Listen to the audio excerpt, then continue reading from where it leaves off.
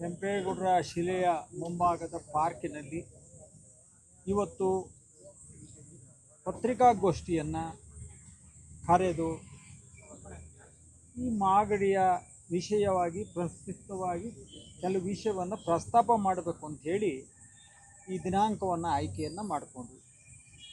ಇವತ್ತು ಈ ಆಯಾಕಟ್ಟಿನ ವ್ಯವಸ್ಥೆಗೆ ಹಿರಿಯರಾದಂಥ ನಮ್ಮ ಜಯರಾಮಣ್ಣ ಇರ್ಬೋದು, ಸಿದ್ದರಾಜವ್ರು ಇರ್ಬೋದು, ಅನಿ ಇರ್ಬೋದು, ನಮ್ಮ ದೊಡ್ಡ ರಾಮಣ್ಣವ್ರು ಇರ್ಬೋದು, ನಮ್ಮ ಸಾಗರ್ ಇರ್ಬೋದು, ಕೆಂಪೇಗೌಡರು, ಸುನಿಲವರು, ಮತ್ತು ಶಿವಲಿಂಗಯ್ಯನವರು, ಮತ್ತು ಎಲ್ಲ ನಮ್ಮ ಶಂಕರಪ್ಪನವರು, ಶಿವಲಿಂಗಯ್ಯನವರು ಎಲ್ಲ ಮಾದಿಯಾಗಿ ಎಲ್ಲರೂ ಸೇರಿದ್ದೀವಿ.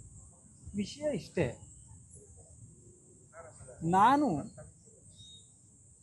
ಒಂದು ಒಕ್ಕಲಿಗ ಮಗ, ಅಂದರೆ ವ್ಯವಸಾಯವನ್ನು ಮಾಡಿ ನಾನು ಬೆಂಗಳೂರಿಗೆ ಉದ್ಯೋಗವನ್ನು ಹರಸಿ ಹೋದಂಥ ಮಗ. ನನ್ನ ಹುಟ್ಟೂರು, ನನ್ನ ಜನ್ಮ ಕೊಟ್ಟ ಭೂಮಿ ಈ ಸಾವು ನೋವಿನ ಮಧ್ಯದಲ್ಲಿ ಒಂದು ಸಾಧನೆಯನ್ನು ಮಾಡಿದಾಗ ಮಾತ್ರ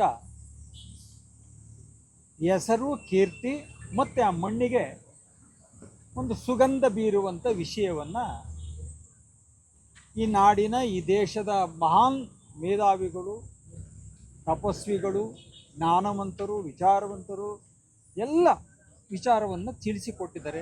ಆ ಮಾರ್ಗದಲ್ಲಿ ನಮ್ಮ ಬದುಕನ್ನು ಆರಿಸ್ಕೋಬೇಕು ಅನ್ನೋದು ನನ್ನ ಉದ್ದೇಶ.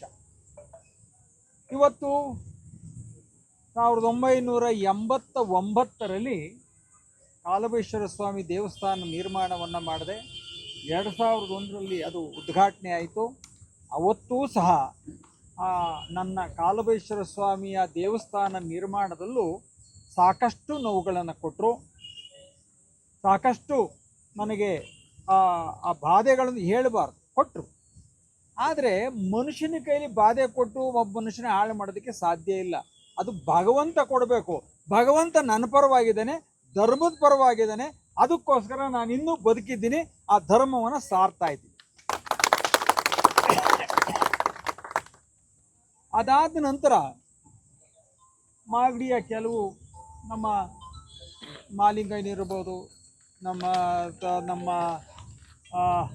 ತಮ್ಮಣ್ಣಗೌಡರು ಇರ್ಬೋದು, ಬಸವರಾಜ್ ಇರ್ಬೋದು, ನಮ್ಮ ಜಯರಾಮ್ ಅವರು ಇರ್ಬೋದು, ನಮ್ಮ ಸಿದ್ದರಾಜು ಎಲ್ಲರೂ ಸೇರಿ ಈ ಮಾಗಡಿ ಮಣ್ಣಿನಲ್ಲಿ ಒಂದು ಹೆಸರು ಅಂದರೆ ಅದು ಮಾಗಡಿ ಕೆಂಪೇಗೌಡರ ಹೆಸರು.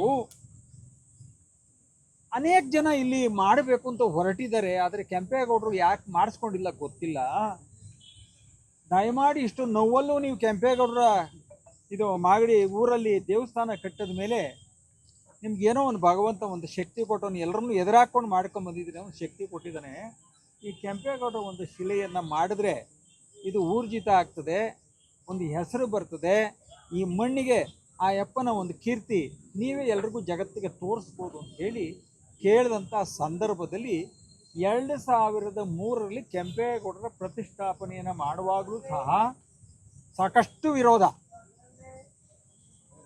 ಮಾಡಲೇಬಾರ್ದು ಅಂತ ಒಂದು ಶಿಸ್ತು, ಕೆಂಪೇಗೌಡರು ಜಾಗನೇ ಕೊಡಬಾರ್ದು ಅಂತ ಹಠ ಬಿದ್ದಂಥ ಸಂದರ್ಭದಲ್ಲಿ ಅವತ್ತಿನ ಸರ್ಕಾರ, ಅವತ್ತಿನ ಜನಪ್ರತಿನಿಧಿಗಳು ಕೊಟ್ಟಂಥ ನನಗೆ ತೊಂದರೆಯಲ್ಲೂ ಸಹ ಕೊನೆಗೆ ಆ ತಾರೀಖನ್ನು ಅನೌನ್ಸ್ ಮಾಡಿ ಕೊಡದಂಥ ಸಂದರ್ಭದಲ್ಲಿ ತಾಲೂಕು ಆಫೀಸಿನ ಮುಂಭಾಗದಲ್ಲಿ 36 ಕುಂಟೆ ಜಮೀನನ್ನು ವ್ಯಾಪಾರ ಮಾಡಿ ಅಲ್ಲಿ ಕೆಂಪೇಗೌಡರ ಶಿಲೆಯನ್ನು ಉದ್ಘಾಟನೆ ಮಾಡಬೇಕು ಅಂತ ಹೊರಟಾಗ ಇಲ್ಲಿ ರಾಜಕಾರಣ ಮಾಡೋಕ್ಕೆ ತೊಂದರೆ ಆಗುತ್ತೆ, ಅದಕ್ಕೋಸ್ಕರ ಕೃಷ್ಣಮೂರ್ತಿಯವರಿಗೆ ಯಾವುದಾರ ಒಂದು ಜಾಗ ಕೊಡಿ ಎಂದಾಗ ನಮಗೆ ಈ ಪುರಸಭೆಯ ಮುಂಭಾಗದ ಈ ಪಾರ್ಕ್ನಲ್ಲಿ 20 ಅಡಿಗೆ 20 ಅಡಿಯನ್ನು ಕಾನೂನಿನ ಚೌಕಟ್ಟಿನಲ್ಲಿ ಕೆಂಪೇಗೌಡರ ಶಿಲೆಯನ್ನು ಉದ್ಘಾಟನೆ ಮಾಡೋದಕ್ಕೆ ಅವಕಾಶ ಆಯಿತು. ಅವತ್ತು ನಾವು ಯಾವ ದ್ವೇಷ ಇಲ್ಲ.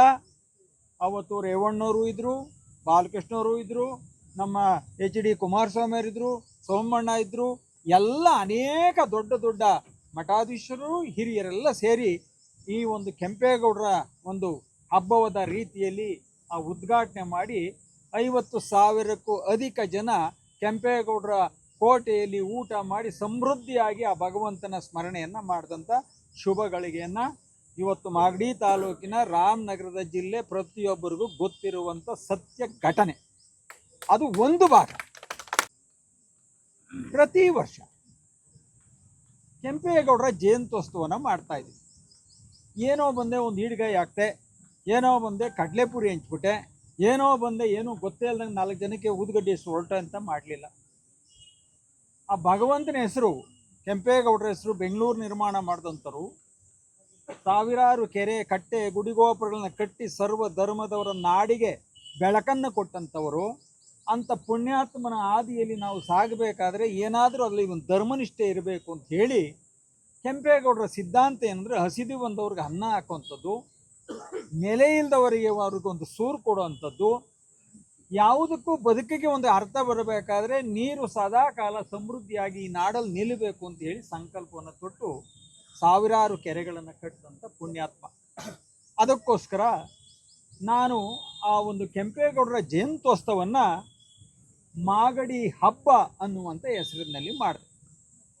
ಮನೆ ಹಬ್ಬ ಅಲ್ಲ, ಮಾಗಡಿ ಹಬ್ಬ, ನಾಡಿಗೆಲ್ಲ ಹಬ್ಬ, ಸರ್ವ ಧರ್ಮದವರಿಗೂ ಹಬ್ಬ, ಎಲ್ಲರೂ ನಿಮ್ಮ ಹಬ್ಬಕ್ಕೆ ಬನ್ನಿ ಅನ್ನುವಂಥ ಸಂದೇಶವನ್ನು ಕೊಟ್ಟು ಕನಿಷ್ಠ ಪಕ್ಷ 20,000ರಿಂದ 85,000 ಜನದವರೆಗೂ ಪ್ರತಿ ವರ್ಷ ಕೆಂಪೇಗೌಡರಿಗೆ ಮಾಲಾರ್ಪಣೆಯನ್ನು ಮಾಡಿ ಗುರುಗಳನ್ನು, ಹಿರಿಯರನ್ನು, ಚಿಂತಕರನ್ನು, ಹೋರಾಟಗಾರರನ್ನು ಕರೆಸಿ ಮಾಗಡಿ ಕೆಂಪೇಗೌಡರ ಕೋಟೆಯಲ್ಲಿ ಅನ್ನದಾಸೋಹವನ್ನು ಮಾಡುವ ಮುಖಾಂತರ ಈ ಒಂದು ಹಬ್ಬವನ್ನು ಯಾರ ಅಂಗು ಅಡಚಣೆ ಇಲ್ಲದೆ ಅದ್ಧೂರಿಯಾಗಿ ನಡೆಸ್ಕೊಂಡು ಬರ್ತಾ ಇದ್ದೀನಿ.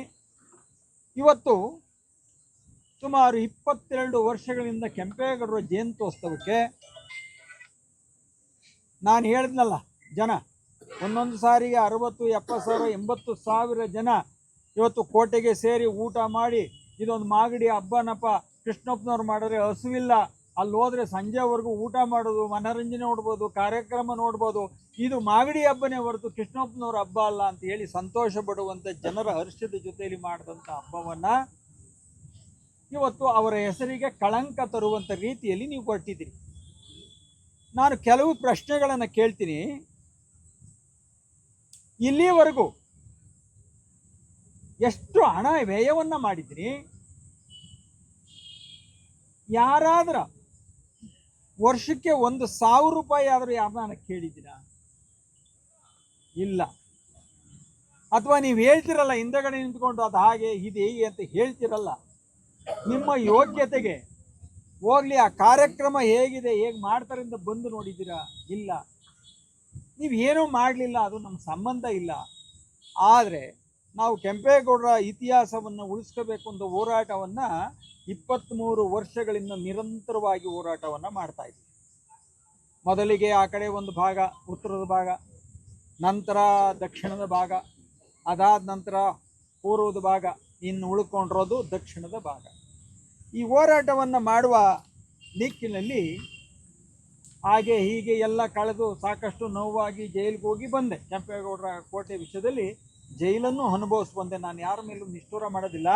ಹೇಳಿದ್ನಲ್ಲ, ತಲೆಕಾಯಿನ ದೇವರು, ಮನುಷ್ಯನ ಕೈಲಿ ಏನೂ ಇಲ್ಲ. ಹಾಗಾಗಿ ಎಲ್ಲವನ್ನು ಜಯಿಸ್ಕೊಂಡು ಬಂದೆ. ಈ ಬಾರಿ ಎಲೆಕ್ಷನ್ ಯಾವಾಗಾಗಿದ್ದು? 2023. ಅನೇಕ ವಿಷಯಗಳನ್ನು ಪ್ರಸ್ತಾಪ ಮಾಡಿಲ್ಲ. ಅದನ್ನು ದಾಖಲೆ ಸಮೇತ ಮುಂದಿನ ದಿನಗಳಲ್ಲಿ ನಾನು ತರ್ತೀನಿ. ಇಲ್ಲಿ ಆಗ್ತಾ ಇರುವಂಥ ಅನ್ಯಾಯ ಇನ್ನು ಯಾವ ತಾಲೂಕಲ್ಲೂ ಆಗಲ್ಲ. ಆಮೇಲೆ ದಾರಿದ್ರ್ಯದ ಒಂದು ತಾಲೂಕು ಅಂದರೆ ಏನು, ನಮ್ಮ ಸ್ವಾತಂತ್ರ್ಯ ಬಂದ ಕಾಲದಲ್ಲಿ 175ನೇ ಹಿಂದುಳಿದ ತಾಲೂಕು ಅಂತ ಯಾವತ್ತು ಘೋಷಣೆ ಆಯಿತು, ಈಗ 175ರಿಂದ ದಾಟಿ 200 ಹೊಟ್ಟೋಗ್ಬಿಟ್ಟಿದೆ. ಇದು ಬೆಂಗಳೂರಿನ ಕೂಗಳದಲ್ಲಿರುವಂಥ ಜಾಗ ಮಾಗಡಿ. ಇತಿಹಾಸ ಪ್ರಸಿದ್ಧ ಹೆಸರನ್ನು ಗಳಿಸಿದಂಥ ಮಾಗಡಿ. ಇಬ್ಬರು ದೊಡ್ಡ ಗುರುಕುಲಗಳನ್ನು ಸೃಷ್ಟಿ ಮಾಡಿದಂಥವರ ಮಾಗಡಿ, ಕೆಂಪೇಗೌಡರ ಹೆಸರಂತ ಮಾಗಡಿ.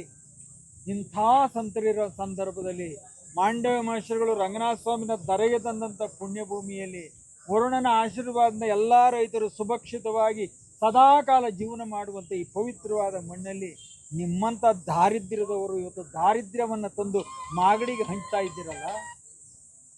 ದಾರಿದ್ರ್ಯ ಭಗವಂತ ಕೊಡ್ತಾ ಇಲ್ಲ, ನಿಮ್ಮಿಂದ ದಾರಿದ್ರ್ಯಗಳು ಹಂಚ್ಕೋತಾ ಇದ್ದಾರೆ. ಆ ದಾರಿದ್ರ್ಯ ಕಮ್ಮಿ ಆಗ್ಬೇಕಾದ್ರೆ ನೀವು ಪ್ರಾಮಾಣಿಕರಾಗಿ, ಈ ಅಧಿಕಾರಿಗಳು ಮಾಡ್ತಾ ಇರೋಂಥ ಅವರಿಗೆ ಆತ್ಮಾಭಿಮಾನ ಇಲ್ದಿರ ಮಾಡ್ದಂಥ ಕೆಲಸಗಳಿದೆ. ಅವ್ರು ಅಂದ್ಕೊಂಡಿರೋ ನಾವೆಲ್ಲ ಕೆತ್ತನೆ ಮಾಡಿಬಿಟ್ಟು ಇರೋದೆಲ್ಲ ಹಳಸಿನಕಾಯಿ ಎಲ್ಲ ಸುಳಿದ್ಬಿಟ್ಟು ಇದನ್ನ ಹಣ್ಣು ತಿನ್ಬಿಟ್ಟು ಬೀಜನೂ ಸಿಪ್ಪೆ ಇಕ್ಬಿಟ್ಟು ಹೋಗ್ಬಿಡೋಣ ಅಂತ ಅವ್ರು ಅಂದ್ಕೊಂಡಿದ್ರು ಅಧಿಕಾರಿಗಳು. ನೀವೇನೇ ತಪ್ಪು ಮಾಡಿದ್ರು, ನೀವು ಇದೇ ತಾಲೂಕಿನಲ್ಲಿ ನಿಮಗೆ ಶಿಕ್ಷೆಗೆ ಗುರಿಪಡಿಸೋದು ನನ್ನ ಕೆಲಸ. ನೀವು ಹೆಚ್ಚೆತ್ಕೊಂಡು ನೀವು ಕೆಲಸ ಮಾಡಿದ್ರೆ ಉಳ್ಕೊತೀರಿ, ಇಲ್ಲ ಯಾರ್ದೋ ತಾಳಕ್ಕೆ ನೀವೇನಾರ ಡ್ಯಾನ್ಸ್ ಮಾಡಿದ್ರೆ ಮುಂದೊಂದು ದಿನ ಕಟ್ಟೆಯಲ್ಲಿ ನಿಂತ್ಕೊಂಡು ಅದಕ್ಕೆ ಒಂದು ದಂಡನೆಯನ್ನು ಕೊಡಬೇಕಾದಂಥ ಅಧಿಕಾರಿಗಳು ಕೊನೆಯದಾಗಿ ಎಚ್ಚರಿಕೆಯನ್ನು ಕೊಡ್ತಾ ಇದ್ದೀನಿ. ಇಲ್ಲಿವರೆಗೂ ನಾನು 70 ಲಕ್ಷ ಖರ್ಚು ಮಾಡಿದ್ದೀನಿ. ಇನ್ನು ಎಷ್ಟು ಕೋಟಿ ಖರ್ಚಾಗಲಿ ನಿಮ್ಮ ಮೇಲೆ ಯುದ್ಧ, ಧರ್ಮದ ಯುದ್ಧ ನಡೆಸ್ತೀನಿ, ಮುಂದೆ ಹೋಗ್ತೀನಿ. ನಿಮ್ಗೆ ಹೆದರೋ ಮಗ ನಾನಲ್ಲ. ಅವತ್ತು ಹೇಳಿದ್ದೀನಿ, ಇವತ್ತು ಹೇಳಿದ್ದೀನಿ. ಒಂದು ಮಾತು ನಿಮ್ಗೆ ಹೇಳಿದ್ದೆ, ಇವೆಲ್ಲ ಬಿಡಿ. ನೀವೇನಾದರೂ ನಾನು ನಿಮ್ಮಲ್ಲಿ ಬಂದರೆ ನೀವು ಪ್ರಾರಂಭ ಮಾಡಿದ್ರೆ ನಾನು ಎಂಡ್ ಮಾಡ್ತೀನಿ, ನೀವು ಪ್ರಾರಂಭ ಮಾಡಿದ್ರೆ ನಾನು ಎಂಡ್ ಮಾಡ್ತೀನಿ ಅಂತ ಅದೇ ಕೆಲಸವನ್ನು ಘಂಟಾಘೋಷವಾಗಿ ಎಲ್ಲರ ಮುಂದೆ ಹೇಳ್ತೀನಿ. ನೀವು ಯಾವುದೇ ಪ್ರಾರಂಭ ಮಾಡಿದ್ರು ಅದನ್ನು ಎಂಡ್ ಮಾಡೋ ಮಗ ನಾನು. ಒಕ್ಕಲ್ನಾಗಿ ಹುಟ್ಟಿದ್ದೀನಿ, ಭೈರವನ ಪುತ್ರನಾಗಿದ್ದೀನಿ. ಆ ಭೈರವೇಶ್ವರ ಏನು ನ್ಯಾಲ್ಗೆ ನೋಡ್ತೋ ಅದನ್ನು ಮಾಡ್ತೀನಿ. ಅದಕ್ಕೋಸ್ಕರ ಈ ಮಣ್ಣಿನಲ್ಲಿ ಸದಾ ನನ್ನ ಸೇವೆ ಇರ್ತದೆ. ಮುಂದಿನ ದಿನಗಳು ಇವಾಗ ಆಪ್ರೇಷನ್ಸ್ ಮತ್ತೆ ಬಿಟ್ಟಿದ್ದೆ, ಅದಕ್ಕೋಸ್ಕರ ನನ್ನ ಆರೋಗ್ಯ ಇದಾದ ಕಾರಣ ಅದು ಸ್ಥಗಿತವಾಗಿದೆ. ಮುಂದೆ ಯಥಾಸ್ಥಿತಿ ಮಾಗಡಿಯಲ್ಲಿ ಆ ಕೆಂಪೇಗೌಡರ ಈ ಮೆಡಿಕಲ್ ಕ್ಯಾಂಪು, ಸಾವಿರಾರು ಜನ ತಾಯಿಯಂದಿರ ನೋವಿದೆ, ಆ ಎಲ್ಲದಕ್ಕೂ ಆ ಪರಿಹಾರವನ್ನು ಭಗವಂತ ಕಾಲವಿಶ್ವ ನಮಗೆ ಶಕ್ತಿ ತುಂಬಲಿ. ಆ ಕಷ್ಟಕ್ಕೆ ನಾವೆಲ್ಲರ ಜೊತೆಯಲ್ಲಿ ಅಕ್ಕ ತಂಗಿದ್ರು, ಅಣ್ಣ ತಮ್ಮದರಾಗೆ ಎಲ್ಲರೂ ಒಗ್ಗಟ್ಟಾಗಿ ಬದುಕೋಣ, ಬಾಳೋಣ, ಮಾಗಡಿ ಹೆಸರನ್ನು, ಇತಿಹಾಸವನ್ನು ಉಳಿಸೋಣ ಅಂತ ಈ ಸಂದರ್ಭದಲ್ಲಿ ಹೇಳ್ತಾ, ವೇದಿಕೆ ಇರುವಂಥ ಎಲ್ಲ ಹಿರಿಯರಿಗೂ ಚಿಂತಕರಿಗೂ ಇವತ್ತು ಬಂದು ಈ ಕಾರ್ಯಕ್ರಮಕ್ಕೆ ಪೂರ್ಣವಾಗಿ ನಿಂತು ಸಹಕಾರ ಕೊಟ್ಟ ಮಾಲಿಂಗಣ್ಣ ಪರಿಕರ ಇವರಿಗೂ